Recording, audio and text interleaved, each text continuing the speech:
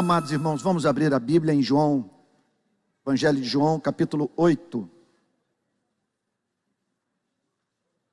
Evangelho de João, capítulo 8.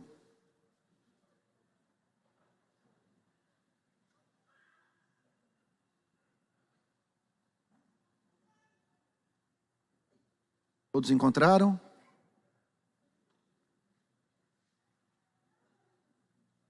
João 8, do verso 45 em diante. João 8, do verso 37 ao 45. É o texto que nós vamos examinar hoje pela manhã. Vamos ter um momento de oração?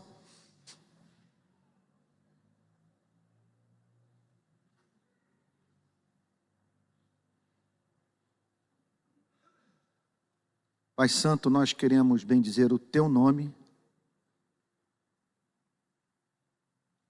por esse dia, porque entendemos ser a vida um dom, algo que nos é dado, uma concessão e que representa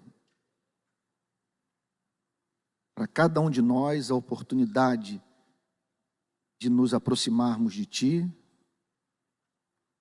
de nos emendarmos, de o adorarmos e o servirmos, Senhor. Seja através da prática de boas obras, seja por meio da pregação do Evangelho. Nós louvamos ao Teu nome pelas inúmeras oportunidades que Tu nos concedes de nos aproximarmos da Tua santa presença, de o conhecermos, de o servirmos. Nós louvamos o Teu nome pela Sua também incalculável paciência, pela Sua condescendência doce e gentil. Nós louvamos o Teu nome porque Tu não és como os pais humanos, imperfeitos. Tu és santo, santo, santo e perfeito no amor que Tu tens por nós, Teus filhos. Amor que iniciou-se nos tempos eternos, Senhor, e que é a causa da nossa redenção.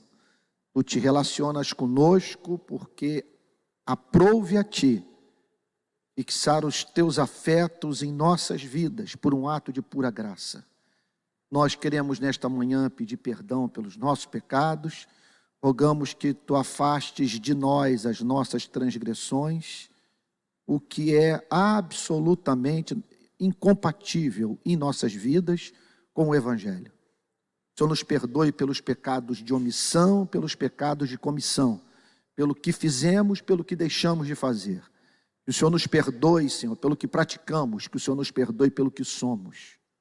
E ajuda-nos, Senhor, a nessa manhã entender esse perdão e considerar puro ao que Deus purificou as nossas próprias vidas. Senhor, não permita que duvidemos desta obra realizada no Calvário. Senhor amado, nós rogamos que a partir de agora o Teu Espírito nos auxilie nessa exposição bíblica, que haja demonstração de espírito de poder, que Sua igreja seja edificada através da pregação sóbria, original, fiel das Tuas sagradas Escrituras, Senhor. Nós pedimos a Ti por aqueles que nesta manhã estão passando por crises graves na vida, Senhor, enfrentando problemas no casamento, problemas na relação com os filhos. Deus amado, opera esse milagre já profetizado no Antigo Testamento, Senhor, que nesses dias o Senhor converteria o coração dos pais aos filhos, dos filhos aos pais. Opera, Senhor, esta ampla, profunda, Senhor, perene obra de conversão dentro do lar, Senhor, mas não apenas conversão a Ti, mas conversão Senhor, do marido à mulher, da mulher ao marido, dos pais aos filhos, dos filhos aos pais, Senhor. Que nossos lares vivam para o teu louvor, que o teu perfume seja sentido dentro da nossa casa, Senhor. Nós rogamos a Ti pelos endividados, ajude esses irmãos a honrarem os seus compromissos, Senhor. Nós pedimos a Ti pelos desempregados, pelos subempregados, abre portas de trabalho, permita, segundo Sua soberana vontade, a ascensão social do Teu povo, Senhor, mas aquela, Senhor, que tem como fundamento o trabalho honesto, Senhor, como também, ó Deus amado, o aperfeiçoamento dos talentos, o estudo, Senhor, o trabalho que é feito com excelência, com prudência, com sabedoria, com bom gosto, Senhor, para a glória do Teu nome, Senhor. Ó Deus querido, nós pedimos pelos que estão enfrentando enfermidades físicas, Senhor amado, segundo Tua soberana vontade, toca agora nos enfermos, restaura a saúde de todos, Senhor, em nome de Jesus, Senhor.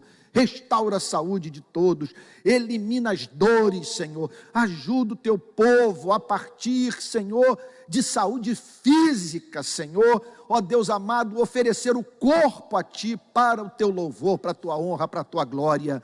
Nós pedimos pelos abatidos, por aqueles que olham para o passado, para as oportunidades perdidas, para os erros cometidos.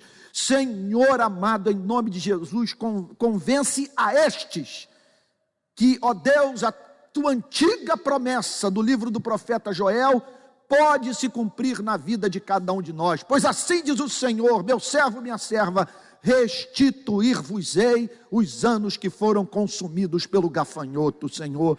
Ó Deus, e portanto, não permita que deixemos de viver o presente por conta, Senhor, dos remorsos referentes aos erros do passado, bem como a ansiedade referente aos temores, Senhor, do amanhã.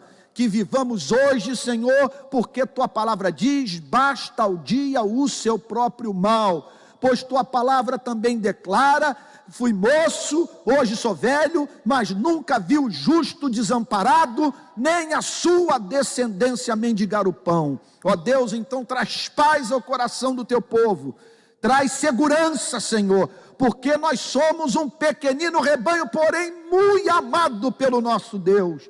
Ó Senhor querido, e agora ilumina a nossa mente, que entendamos o texto das Sagradas Escrituras. Senhor, perdoa os pecados do pregador e não permita que aquilo que é do homem, da natureza humana, Senhor, aquilo que resta de Adão em nossas vidas, nos impeça de conhecer a Tua verdade e provar dos seus efeitos libertadores em nossa vida. É o que pedimos em nome de Jesus, com perdão dos nossos pecados. Amém. Gente querida, para nós entendermos o que vamos examinar nessa manhã, é de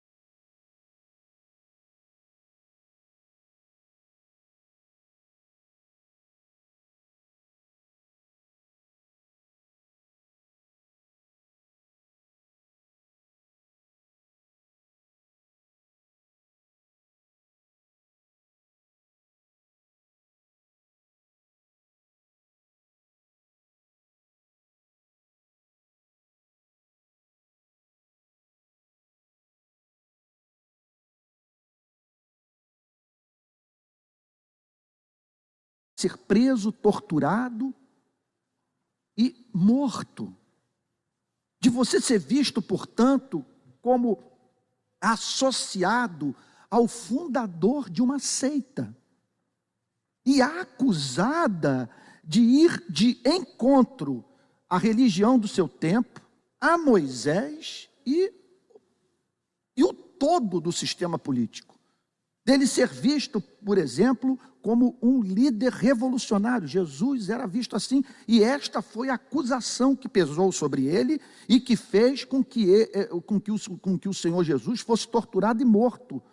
Ele morreu acusado de estar envolvido com uma insurreição. Ele passou a ser visto por muitos, o rei de Israel, como alguém que tinha como objetivo se tornar rei de Israel e o que representava, portanto, remover do poder político Roma. E você se ligar a uma pessoa como essa. Agora, não há mínima dúvida que isso representa, de certa forma, em alguma extensão, na vida de alguns,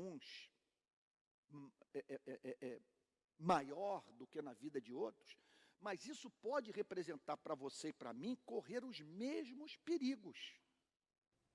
Não apenas, hoje eu vim pensando no carro sobre isso, que muitas vezes, por conta desse nosso trabalho no Rio de Janeiro, eu tenho uma tendência de fazer aplicações mais voltadas para essa questão dessa igreja nas ruas, da igreja que prega o evangelho, da igreja que confronta as autoridades, que defende o direito, que se levanta contra a injustiça. Mas nós não podemos também nos esquecer que isso aqui tem uma dimensão privada, heróica também. É um ato de heroísmo, por exemplo,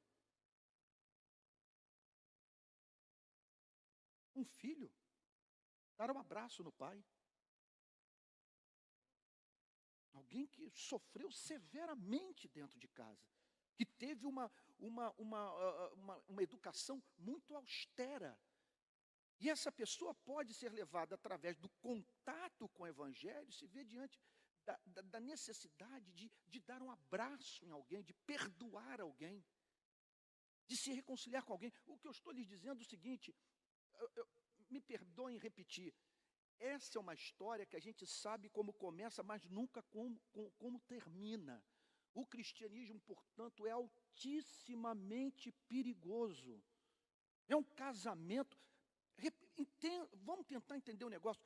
É você assumir um estilo de vida que representa uma contracultura, mas radical, com respeito a tudo que está por aí.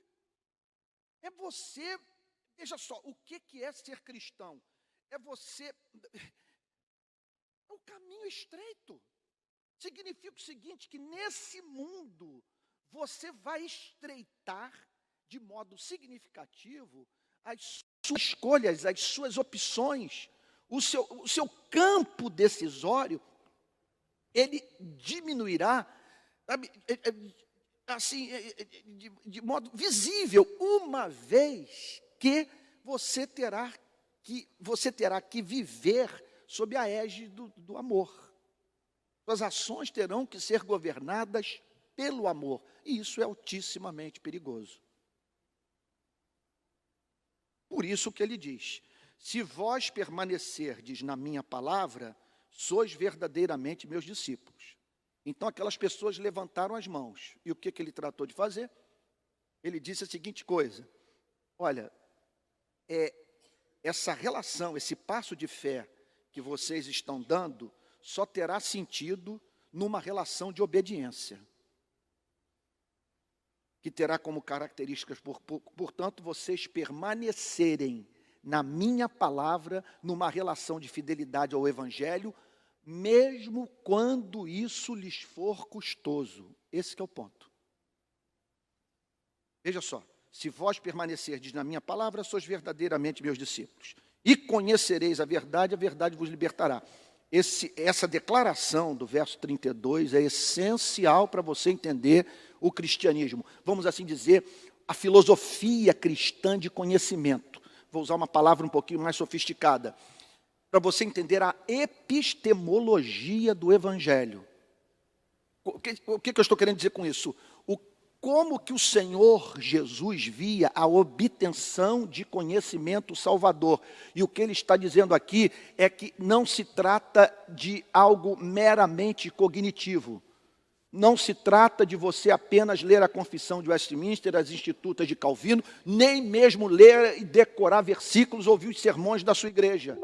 O que ele está dizendo é que você só conhece a beleza, o poder transformador, a origem divina da verdade, numa relação de obediência. E conhecereis a verdade, e a verdade vos libertará. Mas, veja só, em que contexto, em que circunstância, o que é necessário para que você conheça a verdade? Permanecer em Jesus. E nessa dinâmica de você andar na companhia de alguém profundamente perigoso, objeto de ódio, você ir descobrindo a verdade. Alguma coisa progressiva e que se torna real, concreta, amável para você, à medida que o tempo passa e você avança nessa relação com Cristo. Veja só, e uma relação que tem como característica, repito, você ficar do lado de Cristo, mesmo quando isso representa um alto preço para a sua vida. Foi o que aconteceu, me parece, semana passada aqui na nossa igreja. Foi um passo ousado numa cidade tão complexa como o Rio de Janeiro, nós chamarmos aqueles policiais para estarem aqui conosco. Mas eu creio que a igreja entendeu a nota que nós emitimos para o Rio de Janeiro inteiro, para o Brasil. Nós não temos lado. Nosso lado é a vida. Nós, por conhecermos a Cristo, evitamos manter relação preconceituosa com quem quer que seja.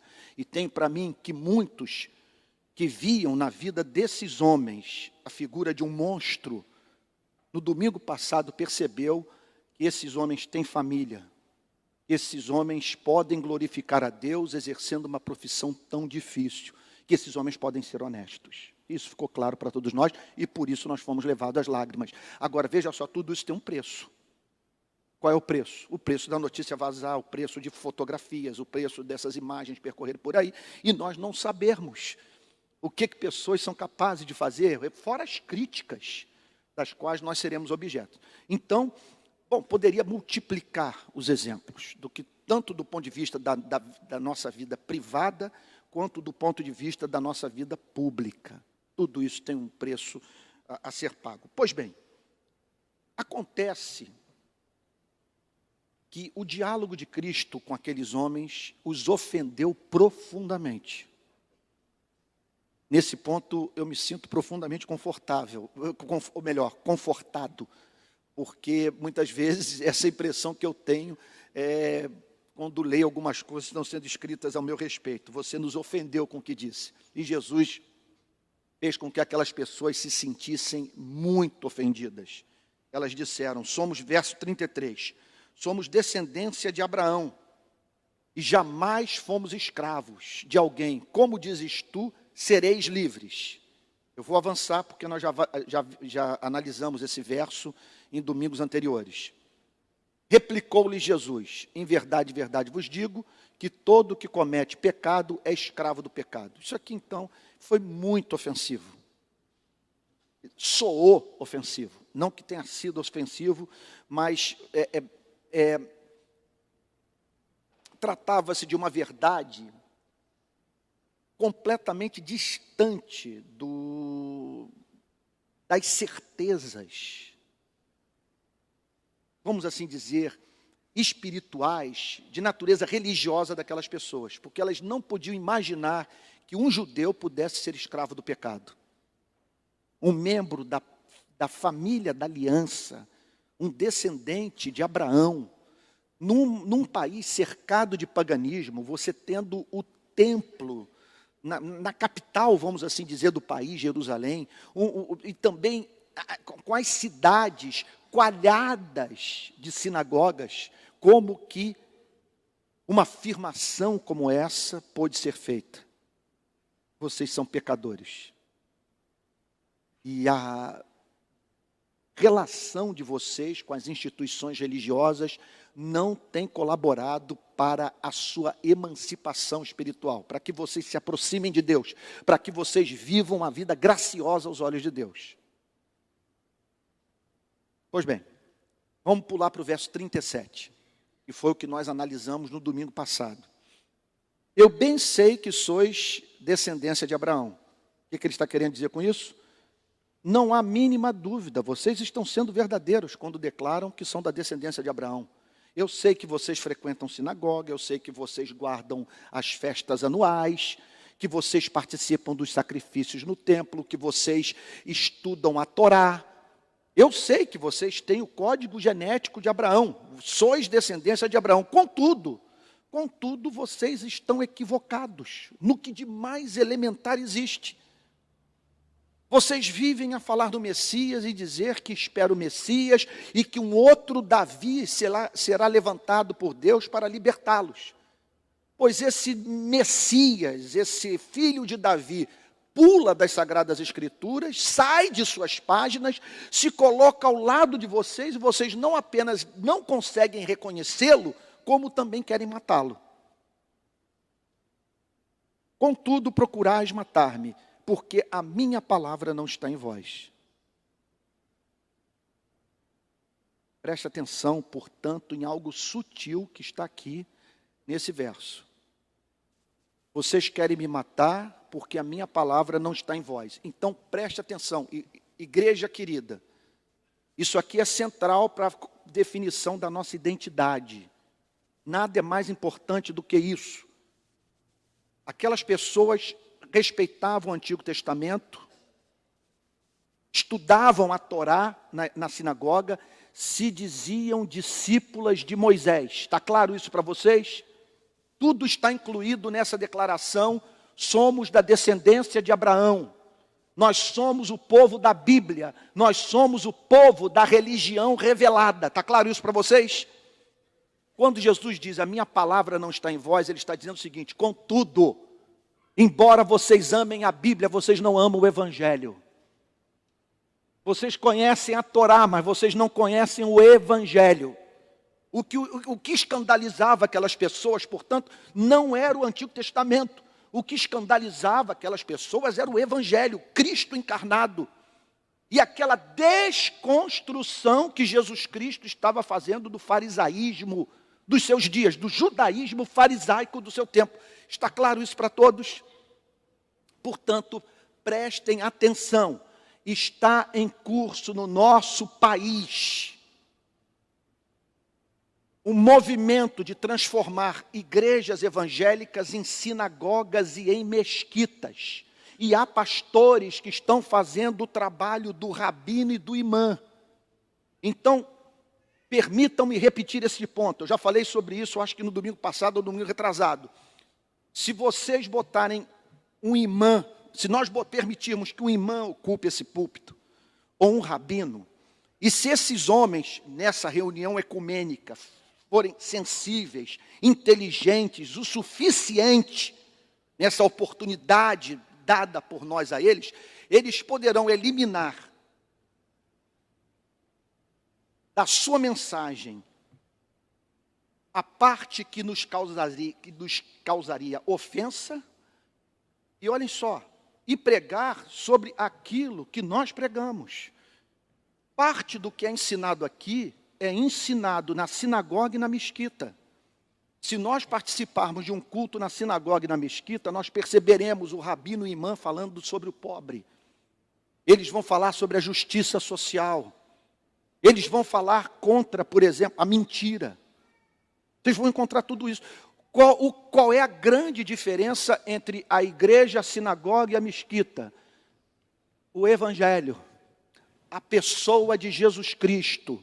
Portanto, quando que uma igreja vira sinagoga, mesquita, deixando de ser igreja?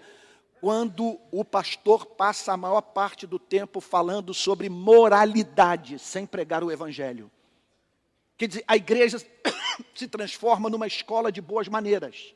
É o pastor o tempo todo enquadrando pessoas. Ontem eu conversei com alguém que eu reputo possuidor de uma inteligência acima da média. E ele está dizendo o seguinte: eu estou em crise com a minha igreja, é um artista plástico, eu estou em crise com a minha igreja, eu estou pensando sair dela, porque o meu pastor, ele tem usado o púlpito para pregar constantemente sobre os mesmos temas e dando a entender para a igreja que quem não tiver as concepções políticas dele não está sendo fiel às Sagradas Escrituras. E sabe o que ele me disse? Olha, a pressão é tão grande na minha igreja para que nós sejamos enquadrados dentro daquele formato que o pastor está apresentando, que eu já estou quase me dirigindo para a ideologia oposta. Porque está surtindo na minha vida um sentimento oposto ao que ele quer fomentar. Porque a coisa é tão ela é tão presente na pregação, é isso que ele está sentindo falta. Que ele está falando mais sobre esses temas do que sobre o evangelho. Ele até mencionou uma coisa ou outra que eu não gostaria de mencionar para não se tornar polêmico. Mas ele falou, ele vai ao púlpito constantemente para falar sobre ideologia de gênero. Vai ao púlpito constantemente para falar sobre aborto. Então, é uma meia dúzia de temas em torno dos quais a pregação transita. E ele dizendo, é uma pauta muito conservadora que está tornando o ar da igreja irrespirável.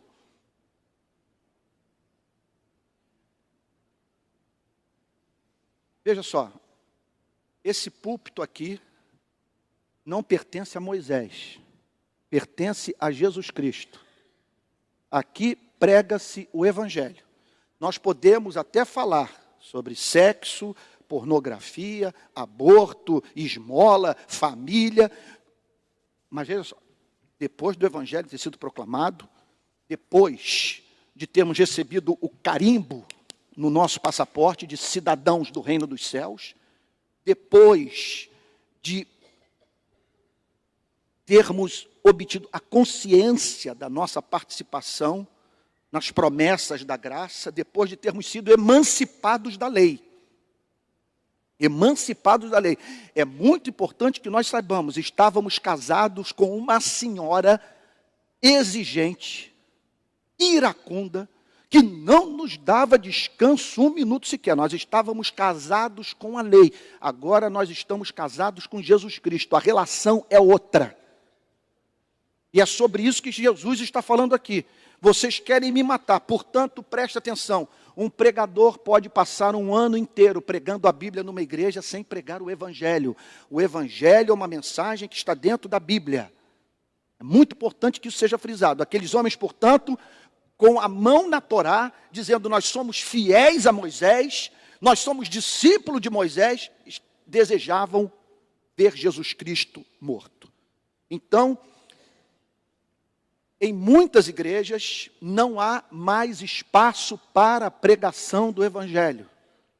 Se você proclamar o Evangelho, pessoas haverão de manifestar, portanto, o desejo de se retirarem da comunhão da igreja, porque o Evangelho traz leveza, o Evangelho traz doçura, o Evangelho traz alegria, o Evangelho reinterpreta o Antigo Testamento, o Evangelho mostra o espírito da lei, o Evangelho remove aquela consciência legalista, o Evangelho entroniza a liberdade dos filhos de Deus. O Evangelho cria espontaneidade, senso de inevitabilidade. E vou mais longe. Há uma tendência nas igrejas evangélicas a, quando pecarem mais do lado do amor do que do lado da justiça.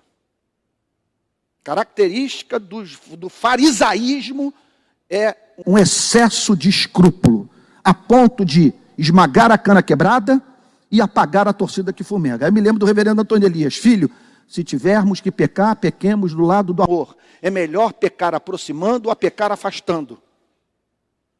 Prossigamos então. Então, o que nós vimos até agora aqui, amados irmãos? Olha, está uma manhã muito agradável, um friozinho maravilhoso, e eu fico feliz de ter a atenção da minha igreja. É comovente daqui da frente pregar para tanta gente atenta. Eu nem sei de onde sai esse amor de vocês, porque eu não me aguentaria me ouvir tantas vezes quando vocês me ouvem. Às vezes eu vejo pessoas dizendo que não gostam de mim, eu falo, eu também no lugar dela não gostaria de mim, eu não tenho nenhuma, eu não me sinto no direito de exigir de ninguém que devote a sua vida a mim, porque eu realmente, eu não conseguiria me ouvir. Eu me lembro acho que foi Spurgeon que falou, né, que se alguns pregadores pregam tão mal, que se eles tivessem que ouvir as suas mensagens, eles clamariam como Caim, é tamanho o meu castigo que eu não posso suportá-lo. Mas vamos prosseguir, porque nós estamos diante de uma coisa, isso aqui é um tesouro. Eu preguei sobre essa passagem, aliás, eu acho que foi uma das poucas vezes na minha vida que eu preguei sobre, fora daqui, um texto que não foi pregado primeiro no púlpito da nossa igreja. Em geral, tudo que eu falo por aí por fora, primeiro foi testado aqui dentro. Né? Então, eu preguei sobre essa passagem na primeira igreja batista de São Gonçalo. O impacto foi inesquecível. Ninguém se mexia na igreja batista de São Gonçalo no domingo passado. Vamos agora entrar no texto. Se eu fosse dizer para vocês assim, um conselho inspirado num filme, apertem os cintos, porque a partir de agora nós vamos lidar com a Bíblia e com uma passagem que mexe com tudo. Põe tudo de cabeça para o ar. Isso aqui é o ponto de partida para a reforma da igreja, para a compreensão da diferença radical entre cristianismo e judaísmo. Verso 38. Eu falo das coisas que vi junto de meu pai. Eu falo das coisas que vi junto de meu pai. Então vocês estão vendo aqui, aqui é o ideal. Aqui é o ideal da pregação. Um homem se coloca de pé para falar daquilo que viu. Só Jesus Cristo pode se dirigir nesses termos a seres humanos. Só Jesus Cristo pode dizer, eu estou falando daquilo que eu vi diante do Pai. Nessa manhã, quem vocês têm aqui na igreja? Um homem que está se esforçando para falar com base naquilo que Jesus Cristo viu na presença do Pai. Contudo, um homem que está se esforçando para falar sobre aquilo que Jesus Cristo disse que viu na presença do Pai, tendo nascido no Rio de Janeiro, na meia-idade, com suas idiosincrasias, com suas fraquezas morais, com suas dificuldades de compreensão do texto e com todos os condicionamentos impostos pelo protestantismo, pelo catolicismo e pelas suas experiências religiosas. Daí a importância de vocês não me ouvirem e não ouvirem nenhum outro pregador sem a Bíblia aberta. E outra coisa, exigir sempre que o pregador explique o texto. Porque vocês estão entendendo? Há gradações. O ideal é que o pregador esteja o mais próximo possível dessa revelação pura, límpida, sem condicionamentos. Eu falo do que vi diante do Pai. Nenhum pregador tem autoridade de se dirigir à igreja nesses termos. Essa é a meta. Ninguém alcança. Às vezes eu leio Calvino e digo, não acredito que Calvino falou isso. Às vezes eu leio o Lutero e falo, que Lutero pisou na bola. E poderia multiplicar os exemplos de homens que falaram aquilo que você diz. São homens do seu tempo. Aqueles estão reproduzindo a cultura da sua época. Vai entender, por exemplo, um homem como Jonathan Edwards, esse santo de Deus, a mente mais privilegiada, talvez, da história do cristianismo, ter escravos dentro de casa. Como que essas pessoas conseguiram conviver com o regime da escravidão? E conviveram.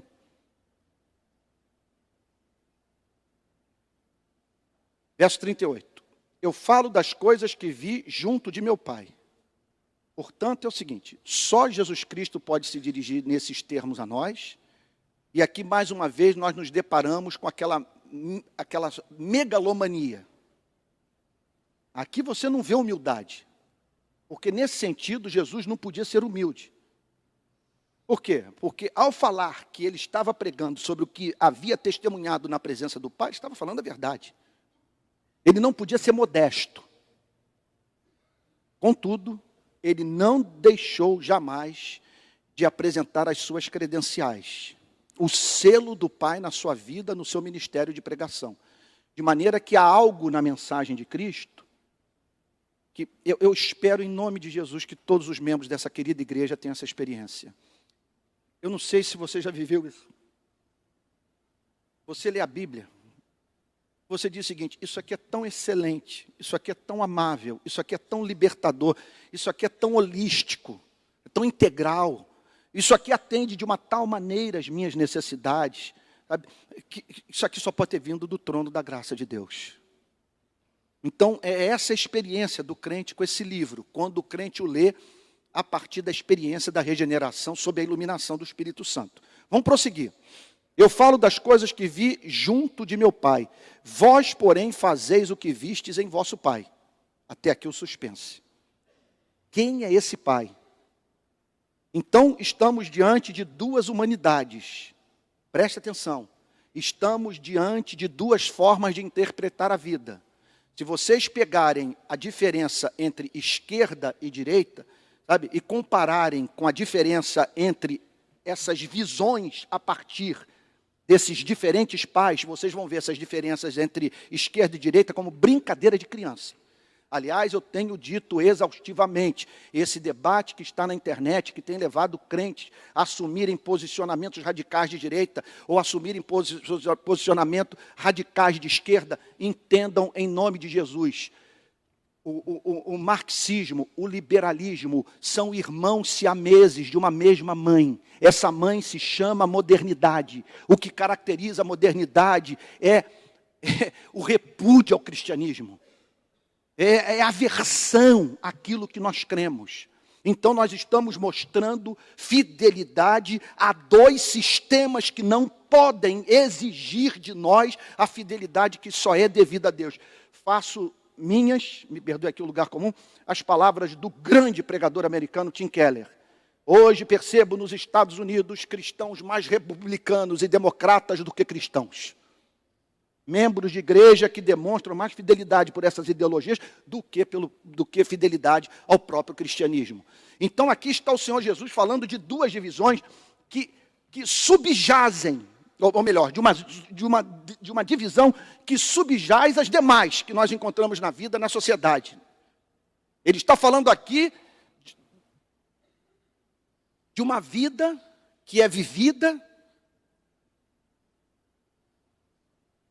à luz da revelação de um pai, que representa o exato oposto de um outro pai, cujo contato com aqueles que a ele estão associados os leva a se comportarem, portanto, de modo idêntico à forma de viver que eles aprenderam com o seu próprio pai. Espero que eu esteja sendo claro, mas vamos prosseguir que Jesus gradativamente vai eliminando o suspense. Até agora nós não sabemos quem é esse pai. Vamos prosseguir. Eu falo das coisas que vi junto de meu Pai. Vós, porém, fazeis o que vistes em vosso Pai. Então, o que estava sendo ensinado na sinagoga, o que estava sendo ensinado no templo, o que era ensinado dentro de casa, veja só. Era o conteúdo de um material que havia sido passado por um pai, diferente do pai de Jesus Cristo, para os seus filhos. Vamos prosseguir. Verso 39. Então lhe responderam, nosso pai Abraão. É impressionante aqui como que eles contra-atacam. É impressionante aqui como que aquela geração era uma geração contenciosa. Esse espírito de contenda hoje está presente na cultura brasileira, na nossa sociedade, nas redes sociais e em nossas igrejas. Você não consegue escrever sobre mais nada sem receber do outro lado uma réplica irada. E de pessoas que ousam falar, porque a ignorância é ousada, sobre aquilo que nunca estudaram.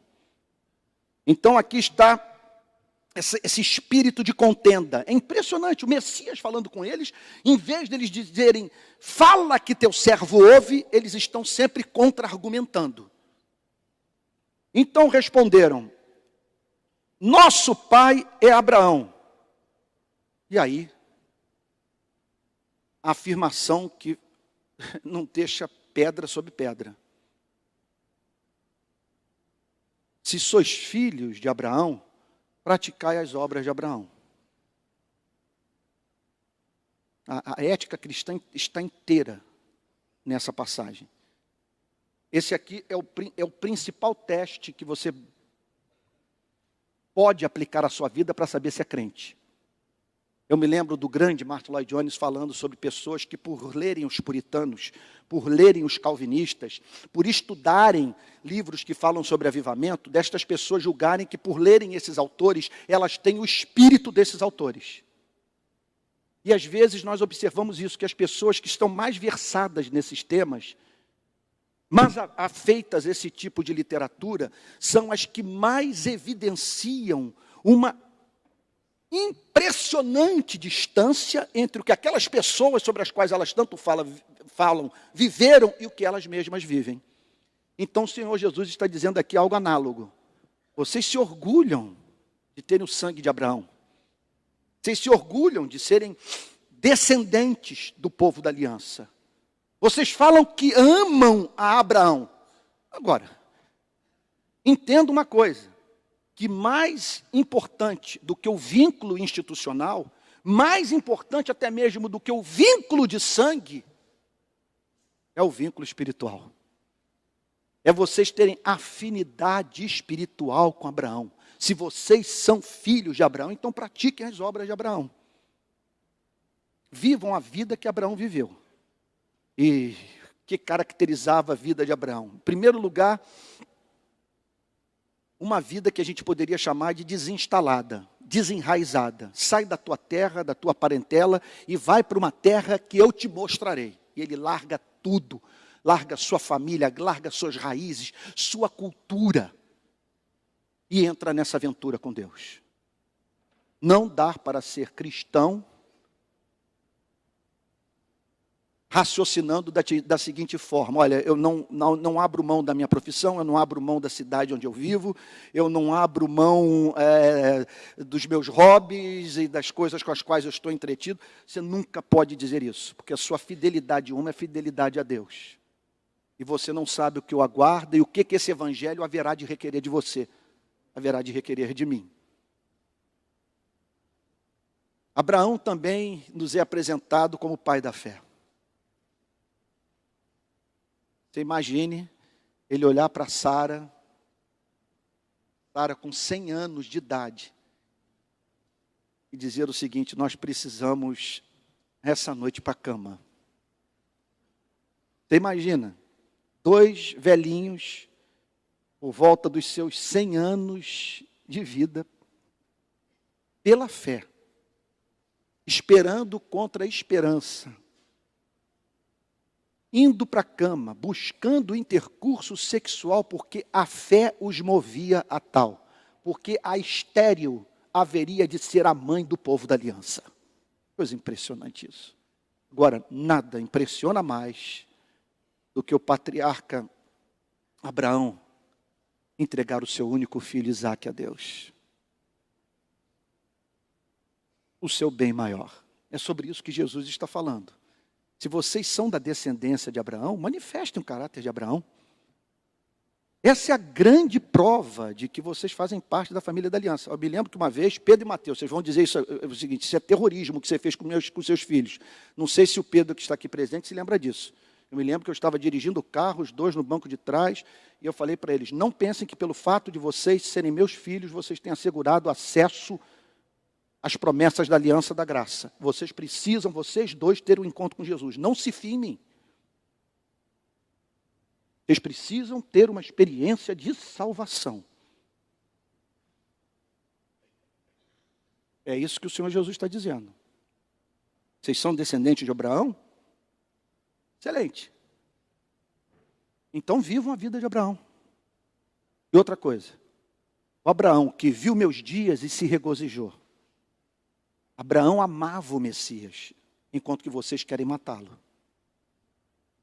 Então tomemos cuidado, fazendo essa aplicação do Martin Lloyd Jones, que o fato de estarmos interessados numa espécie de literatura religiosa não significa que nós temos afinidade espiritual com aqueles temas, ou que nós estejamos vivendo a vida daqueles autores.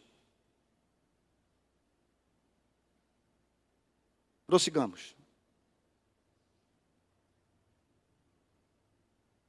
Verso 40. Mas agora procurais matar-me. Vocês dizem que são da descendência de Abraão, mas vocês estão querendo matar o Filho de Deus. Então vocês observem, fica aqui essa lição para todos nós, gente. Para todos nós. A obstinação religiosa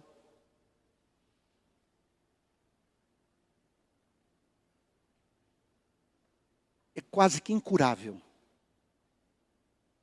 Quando você se torna um obstinado religioso, a cura está no campo do milagre.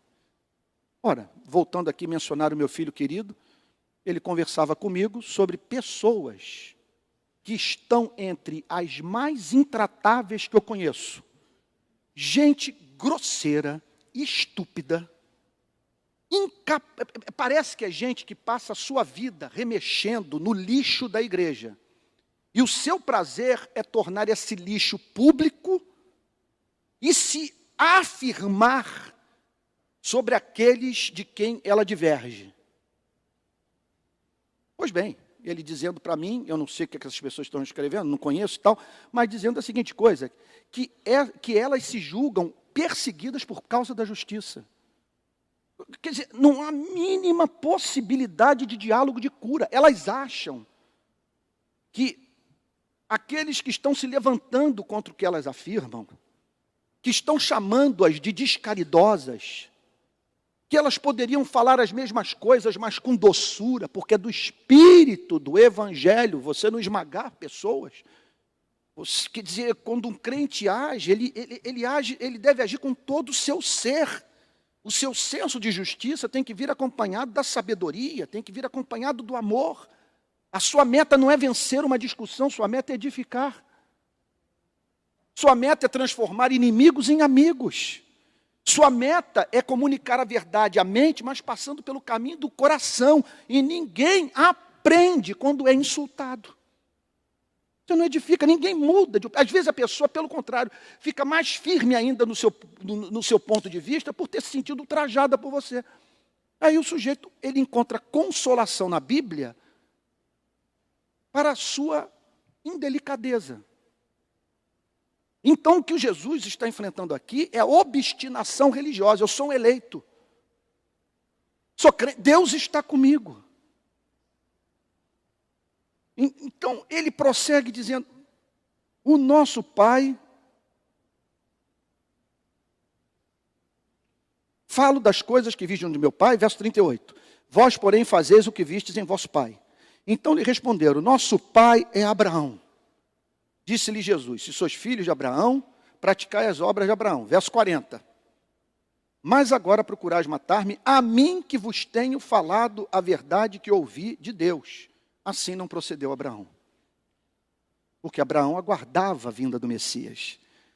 Abraão acolhia com amor, com apreço, a verdade. Abraão era vulnerável à palavra de Deus. Interessante o que Jesus está dizendo. E aqui eu gostaria de apresentar essa questão para vocês e para mim. Estamos preparados para ouvir o Evangelho? Se o Evangelho for pregado da forma mais próxima possível, esse ideal, falo daquilo que vi na presença do Pai, nós daríamos conta dessa espécie de pregação? Porque olha o que Jesus está dizendo aqui, a instituição religiosa do seu tempo não tolerou a sua mensagem. O que o Evangelho diz é o seguinte, que as meretrizes, as prostitutas, os publicanos, os cobradores de impostos corruptos, estavam entendendo o evangelho e se encantando com ele, enquanto que a instituição religiosa queria matá-lo. Então o Senhor Jesus está dizendo aqui, veja só. Então lhe perguntaram, lhe responderam, nosso pai Abraão. Disse-lhe Jesus, se sois filhos de Abraão, praticais obras de Abraão, mas agora procurais matar-me, a mim que vos tenho falado a verdade que ouvi de Deus. Assim não procedeu Abraão. Então isso aqui é assustador. A instituição religiosa não dando conta da verdade. Como que uma coisa dessa pode acontecer? O que faz com que pessoas, apesar de estarem envolvidas com a instituição religiosa, se mostrem tão refratárias à proclamação da verdade? Ele está dizendo aqui, vocês não... Olha só. Verso 40, procurar matar-me a mim que vos tenho falado a verdade que ouvi de Deus, assim não procedeu Abraão. Verso 41. Vós fazeis as obras do vosso pai. Ele está dizendo, portanto, que aquelas pessoas estavam consciente ou inconscientemente servindo a um pai. Elas eram animadas por um espírito contrário ao espírito do evangelho. Observem, portanto, que este pai pode mover pessoas para dentro da igreja. Este pai pode fazer com que pessoas deem dízimo, com que pessoas frequentem congressos de teologia, participem de classes de escola dominical. Jesus está dizendo que essas pessoas que eram animadas por este pai, eram pessoas profundamente religiosas. Vocês estão entendendo o ponto, gente? Como que isso tudo tem uma aplicação direta às nossas vidas? Vamos prosseguir. Verso 40. Mas agora procurais matar-me, a mim que vos tenho falado a verdade, que ouvi de Deus, assim não procedeu Abraão. Vós fazeis as obras de vosso pai. Disseram-lhe eles, observem que eles estão sempre contra-argumentando. Eles não pedem explicação, eles não demandam mais luz, uma consciência mais profunda da vida. Eles não param para pensar na possibilidade de estarem equivocados. Eu tenho uma explicação para isso.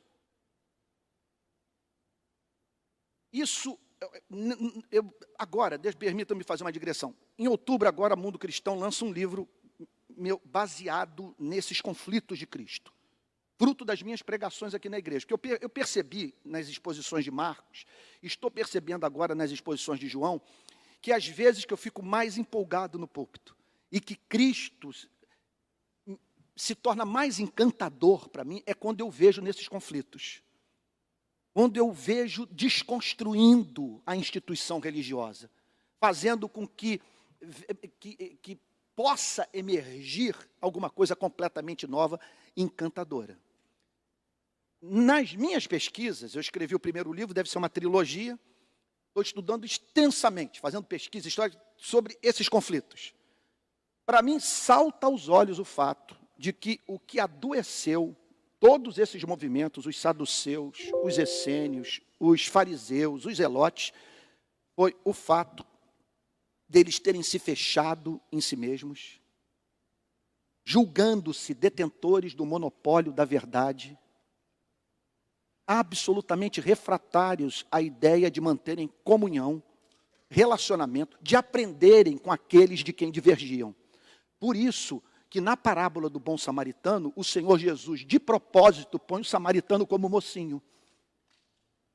E põe como o mau exemplo o pastor e o presbítero, o sacerdote e o levita. O sacerdote e o levita ignoram o semi-morto que estava gemendo, e o samaritano, a quem o sacerdote e o levita odiavam, é apresentado por Cristo como a referência de amor ao próximo. Sempre há um samaritano, alguém de quem divergimos e que está vivendo num ponto ou outro de sua vida, uma vida mais bonita do que a nossa. Pois bem, voltemos ao texto. Vós fazeis as obras de vosso pai. Vocês estão dedicados a servir a esse pai. É porque, pelo fato de vocês estarem conectados a ele, ligados a ele, pelo fato dele ter livre acesso ao coração de vocês, vocês são marionetados por ele. Vocês fazem a vontade dele, vocês estão trabalhando para ele. Portanto, o que Jesus está dizendo aqui é a seguinte coisa: nós temos que decidir na vida quem nós vamos servir. E isso envolve uma resposta para a seguinte pergunta: quem é o seu pai? De onde procede a sua teologia? Qual é a origem da sua crença? Aí a resposta deles. Aqui é algo muito análogo que nós estamos vendo nos dias de hoje, nas redes sociais, eu repito.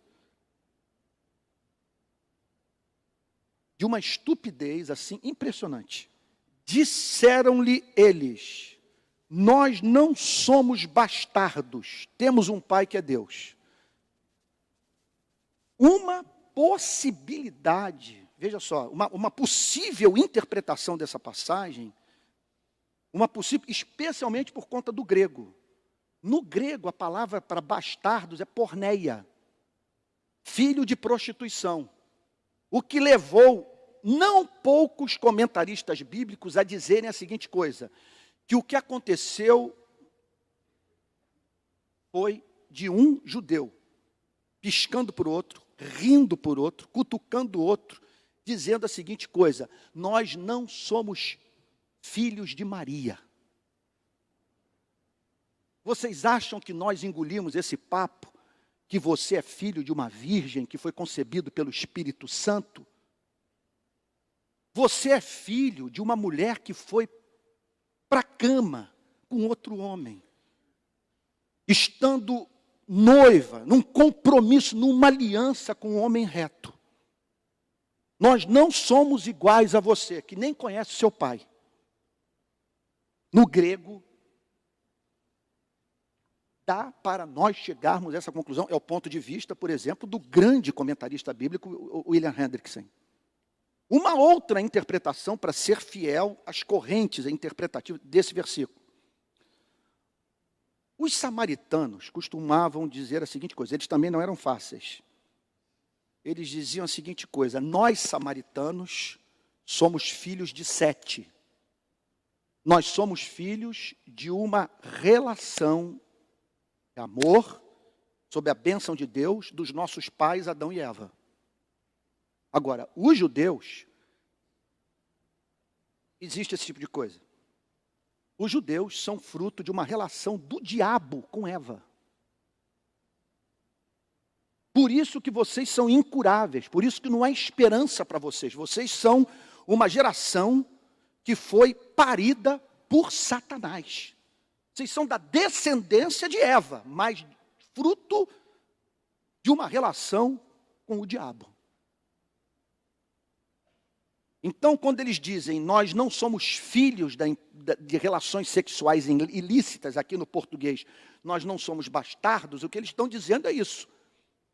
Nós somos filhos legítimos de Abraão. Mais do que isso, nós somos filhos legítimos de Deus. Aqui, gente, não há... Olha, eu vou lhe apresentar a pessoa mais perigosa para a sua vida, para a sociedade, para a vida de uma igreja. O dizimista, casto, abstêmio, e que se considera eleito. Ele é pontual, ele participa das vigílias, ele distribui folhetos e está absolutamente certo da sua eleição. Só tem um problema: dentro de casa ele é um inferno para a mulher e para os filhos. Ninguém se abre com ele. Você não se abre, você diz o seguinte: ele é justo, mas Deus me livre para passar um final de semana com essa figura. Não, ele é intratável. Intratável. É a soberba do justo. Notem que as pessoas que tramaram a morte de Jesus Cristo jejuavam 2 vezes por semana. Davam o dízimo do endro, da hortelã e do cominho, disse Jesus. Contudo, demonstravam-se incapazes de praticar a misericórdia, a justiça e a fidelidade. Foi a grande acusação de Jesus. Vocês dão o dízimo do endro, da hortelã e do cominho. E contudo negligenciam, Mateus 23, os mandamentos mais importantes da lei: a misericórdia, a justiça e a fé.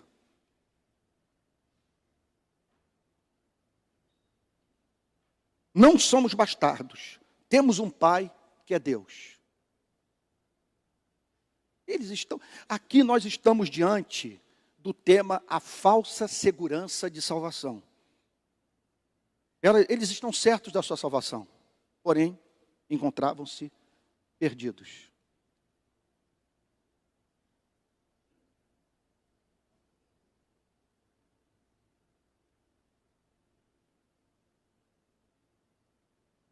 É tanta coisa que vem na cabeça do pregador e você fica olhando para o relógio dizendo, meu Deus do céu, não posso falar tudo que vem na minha cabeça. Isso é do Espírito, isso não é do Espírito, isso aqui eu sei que pode ser dito, mas deve ser dito, porque não vai alongar. Mas o que está me vindo agora, que eu estou pensando, eu fiquei em silêncio, porque eu fiquei pensando, meu Deus, eu entro por aqui, trato desse assunto, porque eu tenho que terminar, nós vamos até o verso 45, tem o jogo aqui daqui a pouco, né? E tal, e eu gostaria de não ser cansativo. Mas vamos lá, eu não vou deixar passar isso em branco. Eu estou dizendo que esses homens aqui, apesar de estarem totalmente seguros da sua salvação, encontravam-se perdidos. Qual é o teste para você saber que você, veja só, que a sua origem, que você faz parte da árvore genealógica de Deus, do Pai, de Abraão. O teste universal, quem aqui conhece campo missionário, quem já passou pelo planeta, andou pelas igrejas aí da Ásia, da África, Europa, Estados Unidos, você observe uma coisa, onde quer que você encontre um cristão verdadeiro, você encontrará a presença de uma pessoa doce. O que caracteriza o caráter, essa doçura, essa meiguice. Não estou falando que essa pessoa não tenha convicções. Não estou dizendo que essa pessoa não tenha certezas em sua vida. O que eu estou dizendo é que você encontra na sua vida o elemento de misericórdia, o elemento de compaixão, que é uma pessoa tendente a perdoar. Ela não chega a ser condescendente, mas muitas vezes a sua paciência é uma paciência irritante para o fariseu, para o que se considera justo. Então, não somos bastardos, temos um Pai que é Deus. Agora o discurso vai engrossando. E observem que o Senhor Jesus não os poupa. Não há nenhuma preocupação aqui em fazer a igreja crescer a qualquer preço. Ele parece que de propósito torna tudo mais difícil para aqueles homens. Ele não pede perdão. Observe agora. Olha a réplica de Cristo. Replicou-lhe Jesus: se Deus fosse de fato vosso Pai, o que ele está querendo dizer com isso? Se vocês tivessem o DNA de Deus, se vocês estivessem conectados espiritualmente a Deus, se a mente de vocês fosse iluminada pelo Espírito Santo, se Deus fosse de fato vosso Pai, certamente me havias de amar. Aqui está o teste. Esse teste aqui é central. Se você está ligado ao Pai, a palavra que está me vindo, há uma congenialidade, há uma afinidade espiritual sua com tudo que diz respeito ao Pai. Se você está ligado ao Pai, você, portanto, por amar o Pai, por ter o Espírito do Pai, por compartilhar do coração do Pai, você tem apreço pelo que o Pai ama. Você está habilitado a ver a excelência daquilo que o Pai tem como excelente. Por isso que eu estou lhes dizendo, meus amados irmãos, não basta ler a Bíblia, não basta ler tratados de teologia, não basta estudar obras apologéticas, não basta ouvir sermão. Isso é um milagre. Você está ligado ao Pai e por estar ligado ao Pai, isso é um milagre da graça, você está habilitado a ver excelência em Cristo. Esse é o teste. Olha o que o Senhor Jesus está dizendo para eles. Enquanto que eles diziam, nós temos um Pai que é Deus. Se Deus fosse de fato o vosso Pai, certamente me havias de amar. Qual é a grande diferença entre a mesquita, a sinagoga e a igreja? E de modo diferente da sinagoga e da mesquita, nós temos Jesus. Nós amamos Jesus, nós queremos imitar Jesus. Jesus é a nossa esperança, Jesus é o fundamento da nossa redenção. O púlpito é de Jesus. Se Deus fosse de fato o vosso Pai, certamente me havia de amar. Olha, preste atenção onde que nós vamos chegar nesse diálogo. É impressionante. Porque eu vim de Deus e aqui estou. Isso é lindo. O Pai não mandou apenas palavras de consolação para a humanidade.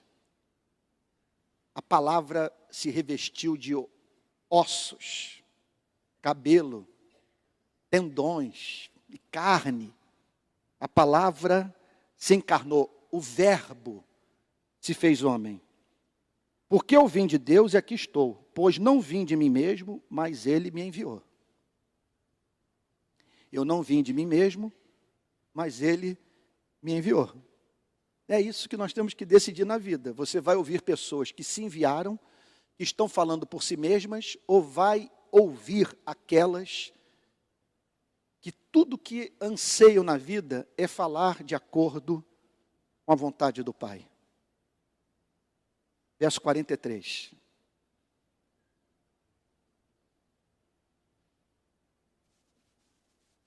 Qual a razão por que não compreendeis a minha linguagem?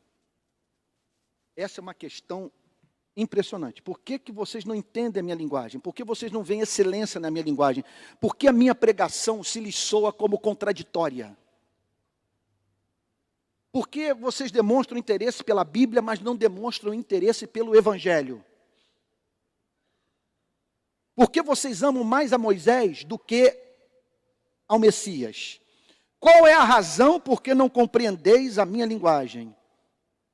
É porque sois incapazes de ouvir a minha palavra. Bom, o calvinismo inteiro está nessa declaração. Seu veredito sobre a espécie humana. Sois incapazes de entender ou de ouvir a minha palavra. É a incapacidade total, é uma obstinação que só pode ser vencida pela graça irresistível, pela obra soberana do Espírito Santo. Sois incapazes de ouvir a minha palavra. Veja só, não é que essas pessoas são incapazes de ter interesse por teologia. Não é que essas pessoas estão incapacitadas de se dirigir para uma escola dominical ou durante domingos consecutivos ouvir um pastor evangélico. Não é isso. Essas pessoas estão incapacitadas de ouvir o Evangelho, de ver excelência no Evangelho, de amar o Evangelho, de encarnar o Evangelho. Agora, por quê? Aqui a bomba atômica. Vós sois do diabo. Vocês estão ligados ao inferno. Portanto, o que o texto está dizendo, olha, aqui é um golpe no moralismo evangélico. Está dizendo o seguinte, que enquanto que os evangélicos estão preocupados com os travestis, com os homossexuais, os evangélicos estão preocupados com o chamado marxismo cultural, ou preocupados com a presença neoliberal na igreja, o que Jesus está dizendo é que o diabo está enchendo as fileiras da igreja de pessoas honestas, de pessoas castas, de pessoas que fazem campanha contra o uso de bebida alcoólica. Ele está dizendo o seguinte, essas são as maiores ameaças à humanidade. Sabe por quê? Porque essa gente é ouvida. Essa gente tem o nosso crédito. Você olha para aquela retidão e você diz, ele tem o direito de ser pastor, ele tem o direito de ensinar na classe de escola dominical, ele tem o direito de participar da eleição para presbítero, para diácono. Olha a retidão de sua vida. E aqui está o Senhor Jesus se dirigindo para essas pessoas e dizendo, vocês são do diabo. Por que vocês são do diabo? Porque essa religião justifica o homicídio. Essa religião de vocês está fazendo com que vocês queiram matar o Messias. Essa religião os tornou herméticos, os tornou fechados, vocês se transformaram em androides, em estátuas de mármore, vocês perderam o ser, vocês perderam a alma, vocês perderam a doçura. Vocês não sabem mais amar.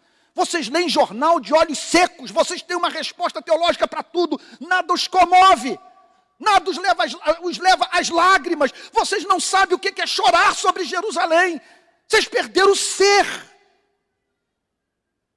Vós sois do diabo. Esses são os maiores adversários do cristianismo. estão dentro da igreja. Dentro da igreja, enviados por Satanás para o nosso meio. E como a operação do inferno não pode ser alarmante, ele não vai botar devassos aqui para nos desviar do caminho, vai fazer com que surjam essas pessoas. Olha que estou falando aqui do ponto de vista de quem não está se dirigindo a ninguém, porque eu não sinto que nós estamos vivendo esse problema. Mas quem sabe, o Senhor Jesus não está nos preparando para que isso aqui não se transforme numa sinagoga de Satanás e essa igreja seja dirigida por fariseus. Vós sois do diabo, eles estavam com a Torá na mão. Era gente frequentadora de templo, esse diálogo foi no templo em Jerusalém, gente, ele não está falando com pagãos. Eles falam, vocês são do diabo, vocês são animados pelo diabo. Olha lá. Que é vosso pai? Vocês têm afinidade com ele. Meu Deus, isso é impressionante. E quereis satisfazer-lhe os desejos. Está dizendo então que esse ser maligno, liso, asqueroso, tem vontades. E que ele tem seus servos no mundo, aos quais ele usa, a fim de destruir tudo aquilo que lhe é contrário. E não há nada que mais contraria o diabo do que a glorificação do nome de Jesus, do que a exaltação do nome de Cristo, do que Cristo ser glorificado, do que Cristo reproduzir a sua vida na vida de centenas, de milhares de pessoas. Ele tem um horror ao avanço da igreja e se levanta sempre que o evangelho é pregado. Ele não tem nenhum problema em ver pessoas perecendo sob púlpitos sem unção do Espírito Santo. E ele não tem nenhum problema com a pregação da Bíblia, porque ele não tolera a pregação do evangelho. Não prega o evangelho. Então ele está dizendo, vós sois do diabo, que é vosso pai, e quereis satisfazer-lhes os desejos. Vocês estão indo para a cama com ele, ele está engravidando, gerando filhos através de vocês. Aqui, portanto, nós entendemos, talvez agora eu esteja falando sobre o grande pecado da nossa querida igreja. O meu pecado. Nós estamos precisando orar mais. Porque se tudo isso é verdade, a igreja não avança sem o poder do Espírito Santo. Porque o que o Senhor Jesus está dizendo é que o trabalho evangelístico é um trabalho de resgate. Significa você entrar numa outra esfera, num outro mundo, você cruzar uma fronteira. Que toda conversão resulta de uma obra de libertação, é isso que o Jesus está dizendo aqui. Portanto, a igreja não avança sem o poder do Espírito Santo. É por isso que quando o apóstolo Paulo, é muito interessante esse diálogo do apóstolo Paulo, quando ele fala com o rei Agripa. Me ver aqui.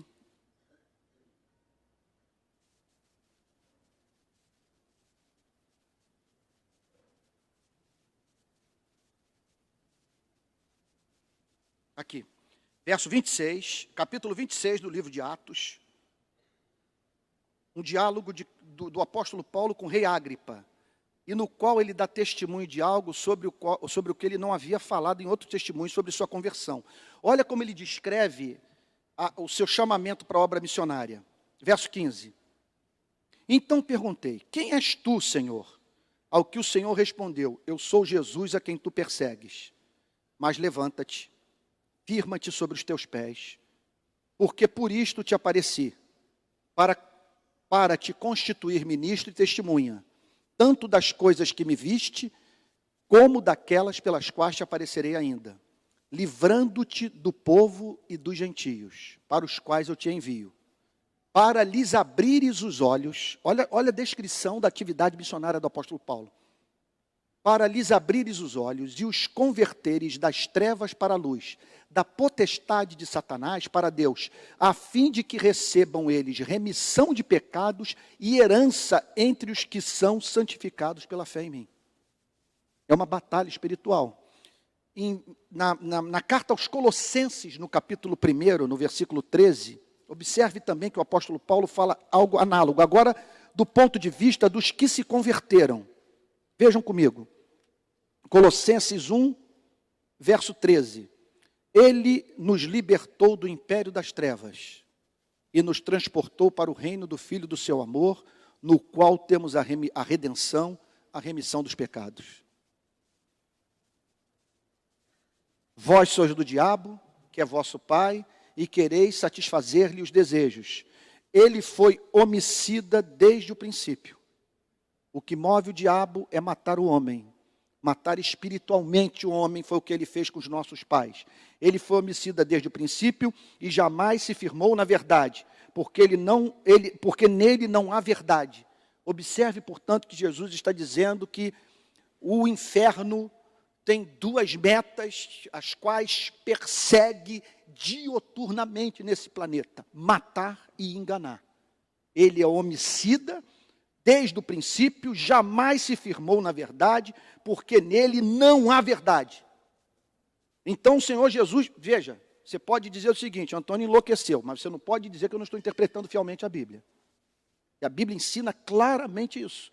A linguagem aqui está longe de ser uma linguagem mitológica. A Bíblia não dá chance para uma interpretação como essa. E nesses 2000 anos de interpretação desse texto, servos de Deus, estudiosos, têm visto o diabo aqui como um ser que tem realidade concreta, um ser que existe de fato. Jesus acreditava nisso. E Jesus via pessoas tornadas cativas por espíritos malignos. Ele foi homicida desde o princípio, jamais se firmou na verdade, porque nele não há verdade. Quando ele profere a mentira, fala do que lhe é próprio, porque é mentiroso e pai da mentira. Mas porque eu vos digo a verdade, não me credes. Vocês não podem crer. Porque para vocês entenderem a verdade, vocês têm que ter afinidade com ela. Como a afinidade de vocês é com o inferno, vocês não têm interesse pelo que está sendo pregado. Irmãos queridos, se você me perguntasse assim, quais as principais lições a tirar dos versos que nós examinamos nessa manhã? Número 1, das mais importantes, o risco da falsa conversão, ou da falsa segurança de salvação. Que você submeta a sua vida a um exame, a fim de você saber se de fato você faz parte da descendência de Abraão. E não é nada complicado. Você ama Jesus? Você ama Cristo? E há esse elemento de misericórdia na sua vida? Esse é o fruto principal.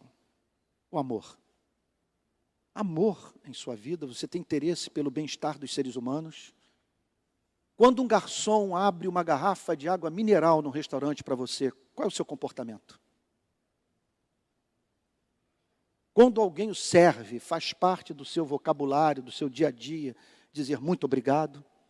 Quem tem contato com você se sente digno, se sente amado, se sente tratado com respeito? Pode-se dizer sobre você, foi o que uma pessoa que conheceu John Stott falou para mim. Eu tive o privilégio de visitar All Souls há uns 4 anos e fui para uma livraria e encontrei pessoas que foram amigas do John Stott. E comecei a conversar com elas e, obviamente, um apaixonado pelo John Stott, fiz perguntas pessoais sobre o John Stott. E uma coisa que uma delas me falou que me marcou profundamente, dizendo que apesar de toda a fama, milhões de livros vendidos, ele apareceu na lista das 100 pessoas mais influentes do mundo da revista Time. Ela contou a seguinte coisa: sempre que ele conversava conosco, ele dava total atenção a gente. Nós nunca vimos assim o seu olho perdido, é o que ela estava querendo me dizer. Quando nós conversávamos com ele, ele se dedicava inteiramente a nós. Em outras palavras, ele nos fazia nos sentir dignos. Isso é o cristianismo. O cristianismo é você não confundir mais homem com árvore. O cristianismo significa, do ponto de vista ético, você lidar com o próximo como o povo hebreu lidava com a Arca da Aliança. Você não ousa tocar, porque você está ali diante de uma obra-prima. por mais que esteja sem dentes, desfiguradas, com seu corpo coberto de cinza, com a cabeça tomada por piolho, ali está alguém. E se você servir, segundo Jesus, você estará prestando culto ao próprio Deus, você estará servindo ao próprio Cristo. E quer ser visto e amado no próximo. Deus ama ser encontrado por nós na vida do que sofre. Jesus é central no seu cristianismo. Em que nós estamos transformando essa igreja? Diz o apóstolo Paulo no capítulo 5 da carta aos Romanos: dificilmente alguém morreria por um justo, pois poderá ser que pelo bom alguém se anime a morrer. Há pessoas que são justas, mas que não são boas. Dificilmente você morreria por um justo. Ele é reto, mas é insuportável. Mas pelo bondoso, por aquele que você sabe que com ele você pode contar, por esse você daria a própria vida. Há simetria no nosso caráter, somos justos e somos bons. Somos da descendência do patriarca Abraão.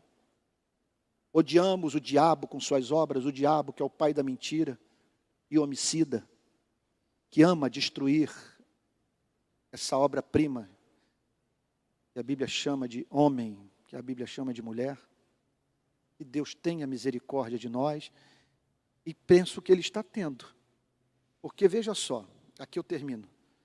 Uma igreja ser exposta a esse tipo de contato com o texto sagrado, que, repito, força todos os membros a ler tudo que a Bíblia ensina, isso é profundamente terapêutico, isso é profundamente transformador, isso aqui é revelador do zelo que Deus tem pela nossa vida.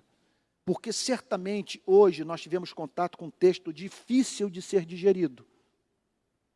Contudo, nós tivemos contato com o espelho, com algo que nos ajuda a nós nos conhecermos, e nisso o amor, o interesse de Deus de ver todos os que aqui se encontram gozando da mais profunda, plena e autêntica experiência de salvação. Eu peço perdão a todos pelo texto tão longo, pela exposição talvez cansativa, e agradeço a Deus por ter a igreja mais atenta à exposição bíblica que eu conheço nesse país. Sou grato a Deus por ser pastor de uma igreja tão faminta pela verdade. Vamos ter um momento de oração? Vamos ficar de pé e falar com Jesus.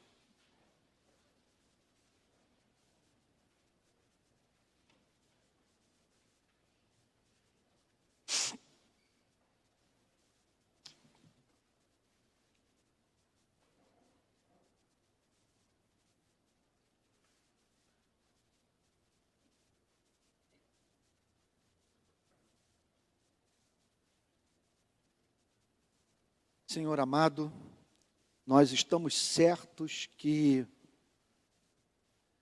a Tua palavra foi proclamada e aquilo que aprendemos do texto tocou o nosso coração, nos perturbou, nos fez correr para Cristo. Por isso nós pedimos a Ti, Senhor Jesus, médico das nossas almas, que o Senhor nos livre da versão evangélica do judaísmo farisaico do primeiro século. Cura-nos disso, Senhor. Que seja encontrado em nossas vidas simetria de caráter. Queremos Te pedir perdão por tudo aquilo que há na nossa vida que está ligado ao diabo, a quem nós não queremos servir, a quem nós não queremos oferecer os nossos membros, a quem